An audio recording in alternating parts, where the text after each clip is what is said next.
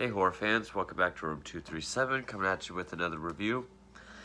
Now, yes, I am still waiting to start my Christmas reviews. I'm waiting on something to come in first.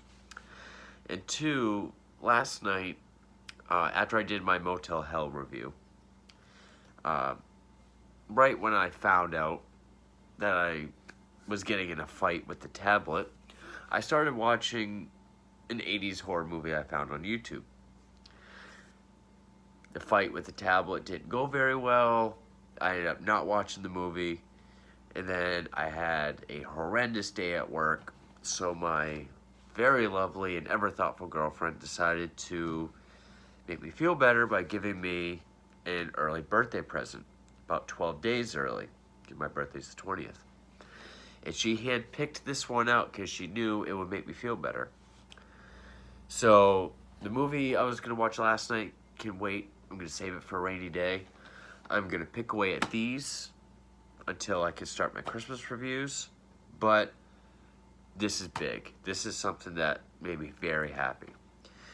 She got me a 6-movie collection of Boris Karloff. Now, Boris Karloff is my favorite horror icon, horror legend, horror actor. He's my favorite actor in general between the 30s and 1970, the early 70s. And I've been trying to get as many of his movies as possible. Now, obviously, the Frankenstein's monster is my favorite monster, the movie monster, especially his version. Now, this has, and I have not seen any of these movies. There is The Black Room, The Man They Could Not Hang, The Man with 9 Lives, Before I Hang, The Devil Commands, and The Boogeyman Will Get You. All in chronological order. It's not a series, but in order when they came out. So I just started with the first one, The Black Room. But first, I just want to say I'm actually making a playlist of Boris Karloff films. I'm actually going to do that eventually with Lugosi and Price and, Universal, Hammer. I'm going to split them up more. But also because a great guy on here who I've become friends with, a great guy on here, the Horror Boy, he actually wants to start getting into Karloff films. He told me he wants to check some out. So, one, Karloff deserves his own playlist, but Horror Boy, I'm making the playlist for you also and other people so they can know what Karloff films to look for, stuff like that. I figured I would help you out a little bit. Plus, I think he deserves his own. And also, when I say spoiler alert, stop the damn video. Because ones like this, The Black Room, is definitely a movie, you just want to know the bare minimum of what it's about. Because there are turns and crazy stuff that happens in it. So, Horror Boy, the Explorer of Horror, keep checking in on these and that playlist. And I hope you enjoy the Karloff films. Again, I'm a huge Karloff fan. I'm a huge fan even just getting into him outside Frankenstein and stuff. So the first film on this collection is 1935's The Black Room. And this movie, actually all the movies on this, they all range from between 62, 63 minutes and 74. They're all incredibly short. But The Black Room, 1935, so Karloff was already a star. He'd already been a star for 4 years. But the thing about this movie, though, is this was really the first one where he really got to act. The first 2 Frankenstein films, heavy makeup, not a lot of dialogue, a lot of more physical and visual acting. Movies like The Black Cat and the Raven. Like The Black Cat, he really got to act, but he's sharing the screen with Lugosi. The Raven, that same thing. Great performances by him, regardless. And then also, this was the same year that Bride of Frankenstein came out, along with The Raven. So, Black Room kind of got forgotten about. Bride of Frankenstein and The Raven really kind of pushed it back. So this was really the first movie where, he wasn't sharing it with, a rival or another big star. And, like 32, he did The Mummy, which he had some good scenes, but also a lot of makeup. So this was the first one where, you get Karloff and you get to see him act. And not only that, in this movie, he plays a set of twins, so you get two no makeup, lots of dialogue, Karloffs in one film. Wow. And I have to say, so far from what I've seen, this is one of his best performances. This is one of his best films. It's just over an hour, like it's 68 minutes. It's very short, but it is a damn good movie. And two very starkly different performances, and he nails both of them. Pretty much the gist of the story is, in the late 1700s, what was it, Baron? Is that what they are? I'm not too familiar with my nobility terms, but yeah, it's like a baron and his baroness, Tyrolean castle, late 1700s, has two twin sons, Gregor and Anton. And there's an old prophecy that was foretold about the family, that eventually the younger brother shall kill the elder brother in the black room of the castle, or the older brother will be killed by the younger brother's knife. So then we jump to present day, and Gregor is a evil baron ruler over the townspeople. And, he's very, his hair's always kind of a mess, kind of like a playboy. He's got like a robe and a pipe. Very sort of mellow, cocky accent, just a jerk. Well, Anton is, he's the teddy boy. Top hat, suit, monocle. Very, boisterous personality, very happy.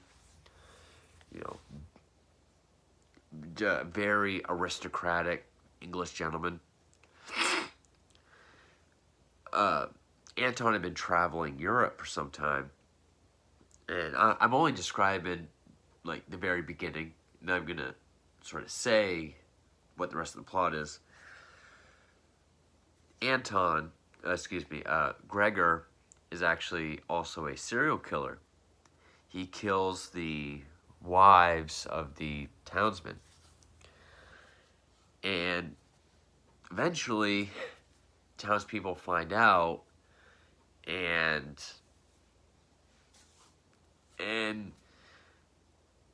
very few words, they kind of end up trading places.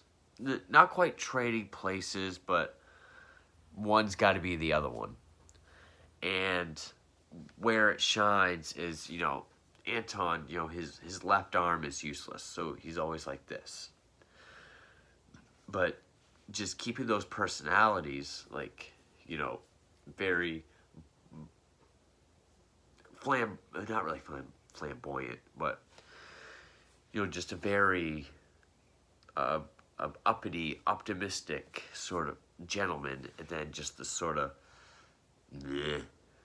kind of jerk leader. And Karloff nails both of them.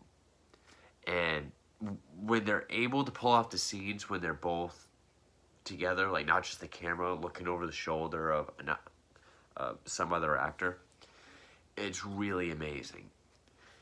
And in fact, there's even a scene where one brother looks into the mirror and tries to, starts talking like his brother. And he does it with such chilling confidence that it's mesmerizing to watch. It is really amazing. So, I'm going to cut it here for spoiler free. So from here on out is spoilers. So, Horror Boy, stop watching right now. You might be able to find The Black Room on YouTube. There's a bunch of like classic horror movies and playlists. A bunch of Karloff stuff. Definitely check out The Black Room. I'm not used to having to use this every time I want to hold it up. But yeah, definitely check out The Black Room. And then get back to me. Dude, I think you'll like it. It's one of my favorites now. And I mean, I've got the Frankenstein films, Raven, Black Cat. Definitely better than The Invisible Ray. Definitely better than Black Friday. I would even say that I like this more than The Mummy. I do. So, spoilers starting now. Highly recommend this movie. It is, especially if you're a Karloff fan or want to get into 30s horror films.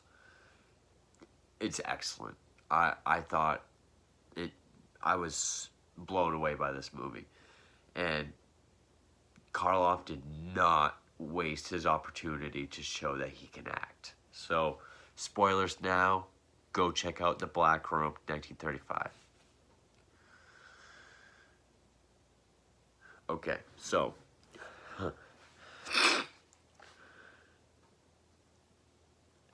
yeah, basically, townspeople know that Gregor is the killer, and he doesn't really shy from it.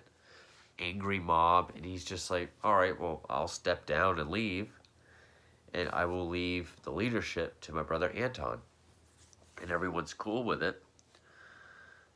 And so that's, he leads Anton down to the Black Room, which is this pit with all the bodies of his victims. And I really like how Anton is in this scene. He really shows, because he doesn't want to believe that his brother's this awful person. And just the look on his face when he figures out it's all true. Like, there's like a dagger in there, and he's just like, the dagger, there's blood on it, as he's putting it all together. And Gregor just pushes him in the pit. I can't remember. I just watched it for the first time. He either stabs him or, in the fall he gets stabbed. And he just, he's so cold as Gregor. Like, he's one of the coldest characters, I think, so far that I've seen Karloff play. And he just leaves him there. And then that's the scene I was talking about where he looks in the mirror. And he just kind of gets his hand right. And you hear his accent change, like, from that, like, upper class Anton to, like, sort of just almost like a commoner, just very low, kind of. He even like changes his face and his posture. It's really chilling to see how he does it. He's definitely a Machiavellian character in this, and it's amazing to see him do. This movie must have blown people away back then. See, Karloff the uncanny, the guy that's always in the makeup, the guy that's always playing the the monsters, or like the impaired butler, like in the old Dark House or something. And now he's doing like these two great roles. And, you know, I guess it is more of like a thriller than like a straightforward horror film. But there were moments that, you know, I was just sort of like, oh, like there's a colonel who believes he's Anton. There's like all this paperwork to sign, and he doesn't think the colonel's watching, so he uses his left hand to do it faster. And the colonel notices it in the mirror. And that's when he puts it together like something's not right. So he plays him in a game of chess, and he does this like really slick move, and he's like, you did that 3 weeks ago when I played Gregor. And, you know, he kills the colonel, and he blames it on this a lieutenant, who of course, you know, we get a short trial. He's sentenced to death, and I mean, he has no qualms with who he has to walk all over in this movie. And ultimately, and I also like that scene where, because he's going to get married to this one woman who she was either married to the colonel or the lieutenant, but he wants to marry her. And so like they're getting ready to get married, and he knows that because the guy told him, I saw you write with your hand. He kind of looks at himself, he's like, you will never use your left hand again. You will never fight with it. You will never even defend yourself. And it's just like this like psychotic, like just like training yourself to just, you know, this is it. This is your life now. And fooling everyone. And, you know, he does it so coldly that, you know, it's very convincing. And ultimately, his undoing is Anton's dog. His dog realizes it's not his master, and he just keeps yelping and barking during the wedding, and he like swats at it, I think, or he ends up slipping with the hand again, and everyone sees it. So the wedding turns into the angry mob. And so now you get the angry townspeople chasing Karloff again. Like Frankenstein. And basically, you know, not going through every step of the film. Again, this is the spoiler territory. Horror boy, you better not be watching right now. He ends up falling in the pit, and he lands on the dagger. And it ends with them saying, oh, the prophecy. He was killed by, you know, the elder brother was killed by the younger brother's sword.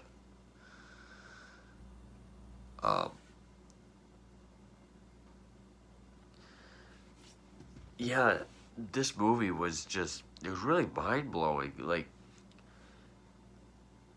I didn't really, I mean, a lot of the 30s, more so 30s than 40s, but both, that I've been watching lately, I've been getting really into. But this one, you know, there was the incentive of two Karloffs, and seeing, you know, he could have been nominated for an Oscar for both roles, and won both. And I would have seen no problem with it. I find it very unfortunate that, you know, yes, Bride of Frankenstein is my favorite of the monster movies. It's my favorite movie of that era entirely. It's my favorite Karloff film still, and I also really like The Raven. It does suck that, you know, this one is kind of not really been forgotten, but not really talked about because it's so overshadowed. Because Karloff really you know, took the makeup off and showed what he was made of with this movie. And actually, I was watching it, and, you know, Twins, I was thinking of David Cronenberg's Dead Ringers, which I did a review of, with Jeremy Irons, where he plays twins. And I'm watching this, and I'm like, you know, they're both English. They both kind of look alike. Jeremy Irons needs to play Karloff in, like, a biopic. I think he can do it. He's not too old. Karloff was older when he did Frankenstein and became a star. He could even do it now and it'd be okay. Just a quick little, you know, I was watching, I was like, holy damn, like, I think Jeremy Irons could be in a Karloff biopic. It'd be really cool. But anyway, and, you know, this is like a whole different realm of acting. Like, Bride of Frankenstein, it's visual. Like, when the blind man is kind to him and he's sobbing because someone's finally being sweet to him and he's finally happy. That's, like, very intense visual acting. Or, like, The Raven, up close when he's, like, looking around. He's trying to think of how he can get revenge on Lugosi and get out of this situation.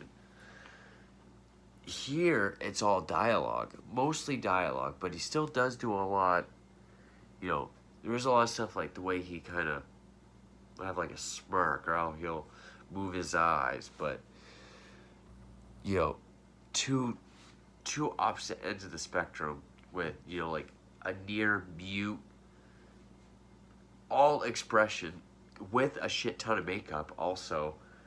He can still make you feel everything he's feeling, but in this, with all that, you know, this is theatrical acting. It's like theater acting with dialogue and expression and two very extreme different characters, and he nailed both of them. I would go as far as saying I loved this movie. I thought it was brilliant.